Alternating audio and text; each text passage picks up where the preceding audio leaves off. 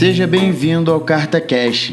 No episódio de hoje, faremos a leitura da carta mensal de novembro de 2020 da gestora Dahlia Capital.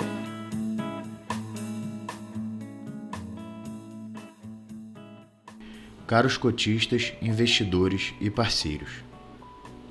Dinheiro e dívida. Tem coisas que acontecem em nosso dia a dia, mas que não prestamos muita atenção em seu real significado. O dinheiro é uma dessas. As cédulas de reais são sempre assinadas pelo presidente do Banco Central e pelo ministro da Fazenda, e impressas pela Casa da Moeda, empresa mais antiga do país, fundada em 1694. O dinheiro representa, assim como outros ativos financeiros, o direito de uma pessoa e a obrigação de uma outra. Se tenho uma nota de R$5 em meu bolso, toda a sociedade brasileira aceita esta nota, que pode ser trocada por outros bens ou serviços que alguém julgue equivalente a este valor. É um direito meu e uma obrigação de toda a sociedade. Não é à toa que as notas de dólar têm os dizeres: esta nota tem um curso legal para todas as dívidas públicas e privadas. O curso legal impõe a aceitação da moeda, validando-a como um meio de pagamento legítimo para qualquer dívida. Ora, se moedas e dívidas do governo são emitidas pelo mesmo agente, têm o mesmo perfil de risco e moedas podem, a qualquer momento, serem usadas para quitar dívidas, qual a real diferença entre elas?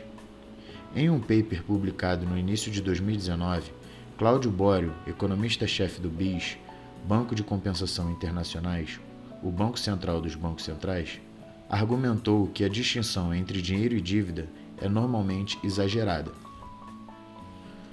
Países que emitem moeda não podem quebrar. Países que emitem sua própria moeda sempre poderão pagar suas dívidas em moeda local. Este princípio, que às vezes não é tão lógico para a maioria das pessoas, é uma das bases da teoria moderna monetária, o MMT.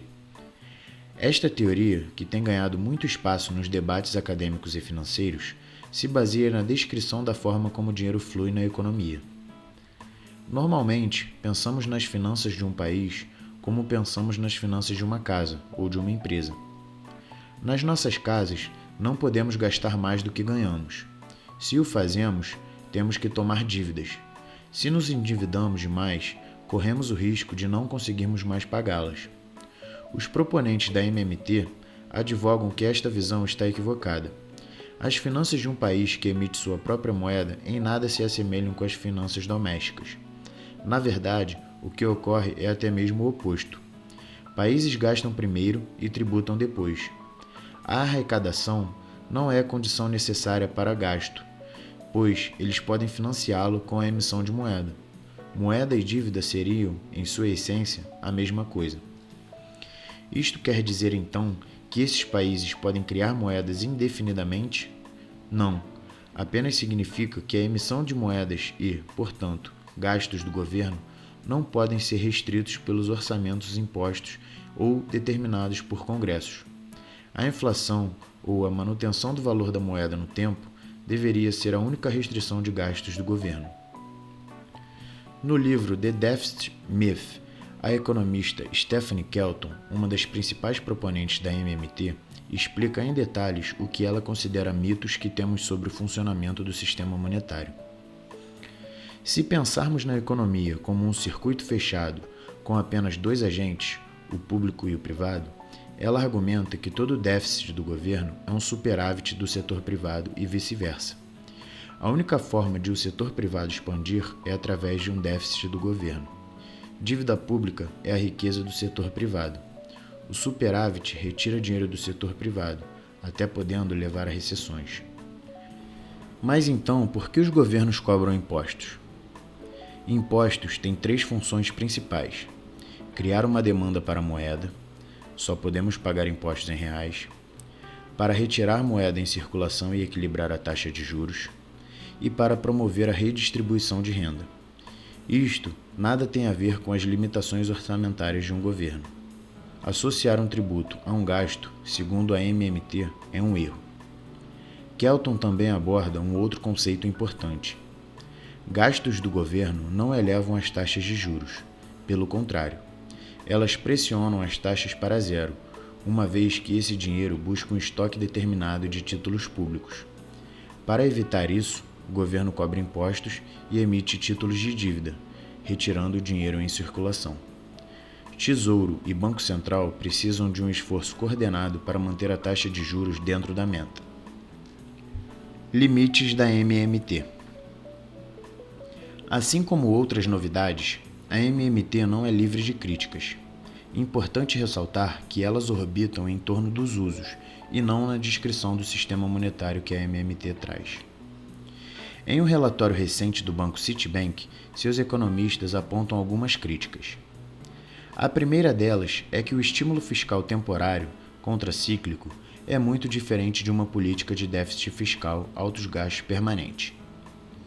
Isso porque a decisão de cortar gastos frente a uma ameaça inflacionária caberia aos políticos que se beneficiam desses gastos para serem eleitos.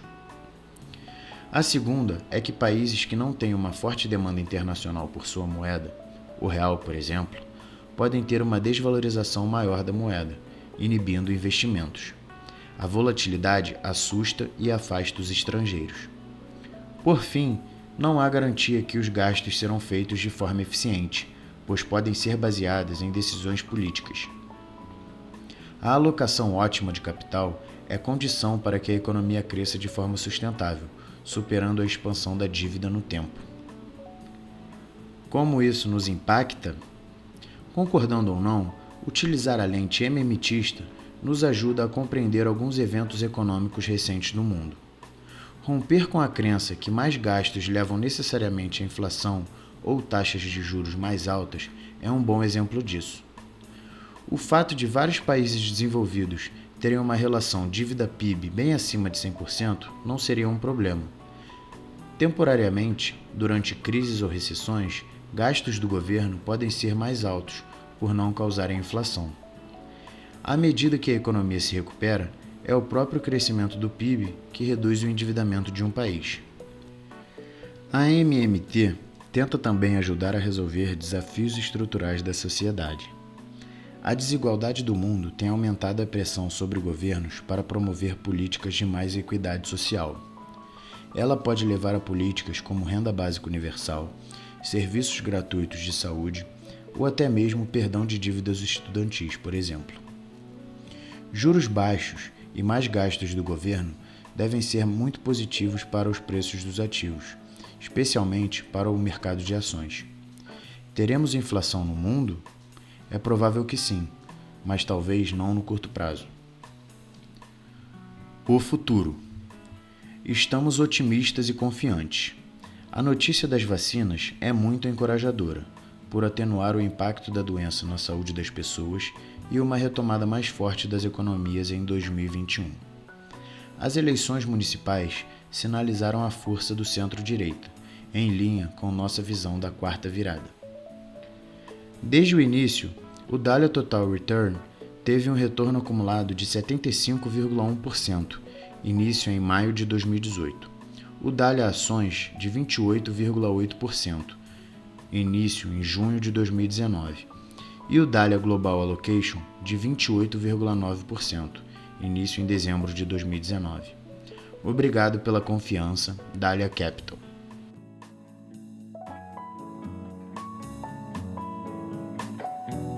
E isso é tudo.